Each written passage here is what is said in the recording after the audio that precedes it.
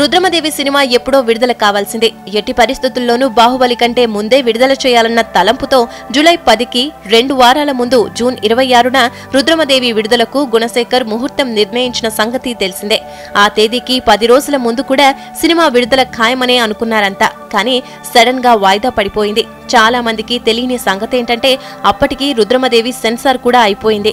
Clean you certificate కూడా ఇచ్చారు censor వాళ్లు. కానీ సినిమా విడుదల కాలేదు. కానీ ఇప్పుడు మరోసారి రుద్రమదేవి సెన్సార్ జరిగిన సంగతి తెలిసిందే. ఈసారి U/A సర్టిఫికేట్ ఇవ్వటం విశేషం.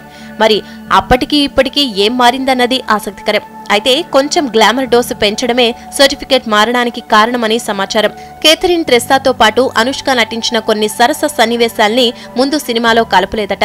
అయితే ఇప్పుడు వాటిని చేర్చి రుద్రమదేవిని రంజుగా మార్చాడట గుణశేఖర్. సినిమాను హిట్ చేయడానికి ఏ చిన్న అవకాశాన్ని కూడా వదులుకునే ఉద్దేశం లేకే ఆ సన్నివేశాల్ని జోడించినట్టు చెప్తున్నారు. అందుకే మరోసారి సెన్సార్ కు పంపడం, వాళ్లు సర్టిఫికేట్ మార్చడం జరిగిందని సమాచారం. ఏదైతేనేం ఇంకో 2 వారాల్లో విడుదలకు సిద్ధమవుతోంది రుద్రమదేవి. గుణశేఖర్ ప్రాణం పెట్టి చేసిన సినిమా అతడికి మంచి ఫలితాన్నివ్వాలని ఆశిద్దాం.